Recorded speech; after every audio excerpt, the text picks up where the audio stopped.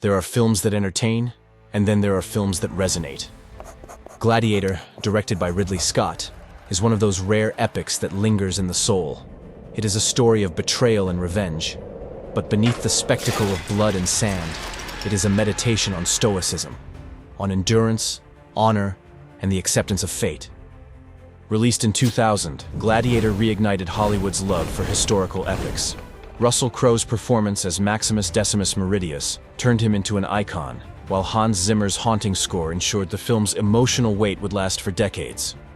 The story unfolds in 180 AD, during the final days of Emperor Marcus Aurelius's reign, masterfully depicted by Richard Harris. Known as the Philosopher King, Marcus was one of Rome's greatest emperors, revered for his Stoic wisdom, immortalized in meditations. His death signaled not only the end of the Pax Romana, a golden era of relative peace, but also the beginning of Rome's gradual descent into turmoil. Upon Marcus's death, his son Commodus seizes power.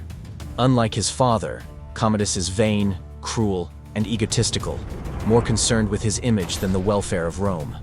The real Commodus, much like his film counterpart, was obsessed with gladiatorial combat and often participated in the arena himself, believing himself to be a god. His reign was marked by corruption, paranoia, and extravagance, traits that sharply contrast with the Stoic virtues his father embodied. It is against this backdrop of decay that Gladiator unfolds, with Maximus standing as a last beacon of honor in a crumbling empire. Strength and honor. Strength and honor. Strength and honor. At its heart, Stoicism is about enduring suffering with dignity, accepting fate without complaint, and acting virtuously regardless of circumstance. Maximus embodies all of this. He does not crave power or wealth. His only desire is to fulfill his duty. Even when stripped of his rank, his family slaughtered, and his freedom stolen, he does not succumb to despair. One of Maximus's defining lines captures the Stoic view of mortality. Death smiles at us all. All a man can do is smile back. This echoes the wisdom of Marcus Aurelius, who wrote in Meditations, "You could leave life right now. Let that determine what you do and say and think." Maximus does not fear death because he understands that it is inevitable. He channels his pain into action, proving that true strength is not in what we possess, but in how we carry ourselves through hardship. Maximus's loyalty to Marcus Aurelius is not about ambition. It is about upholding the emperor's vision for a Rome governed by virtue, not vanity. Even when reduced to a mere gladiator, he fights not for entertainment but as an act of defiance.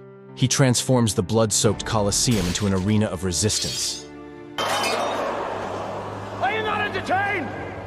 Then there's Proximo, the former gladiator turned trainer, played brilliantly by Oliver Reed.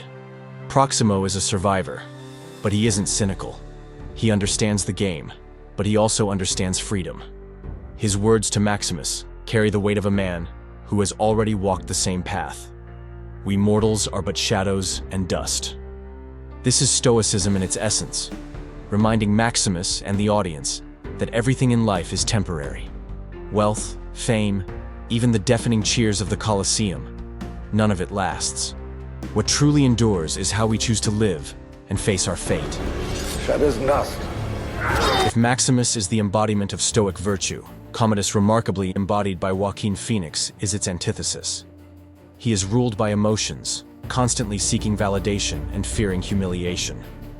While his father, Marcus Aurelius, sought wisdom, Commodus craves adoration.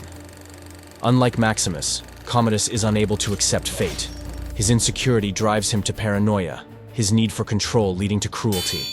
He is what happens when power is given to a man without inner discipline. A stark warning that wealth and status mean nothing without virtue. Ambition. That can be a virtue when it drives us to excel. After finally defeating Commodus, Maximus collapses, seeing visions of his wife and son waiting for him in the afterlife. He has fulfilled his duty.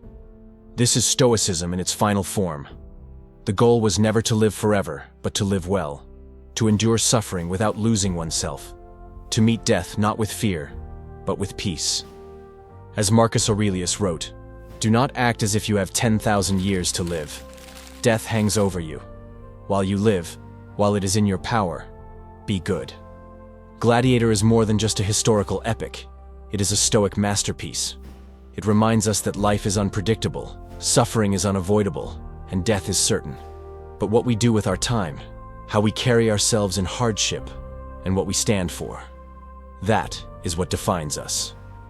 Maximus Decimus Meridius may not have been a real person, but his philosophy is real. He teaches us what the Stoics have always known. True strength is not in power or wealth, but in character. And in the end, that is the only thing that truly lasts. Thank you for watching. We appreciate you joining our journey through the profound philosophy of Stoicism in daily life and pop culture. We'll see you on the next one.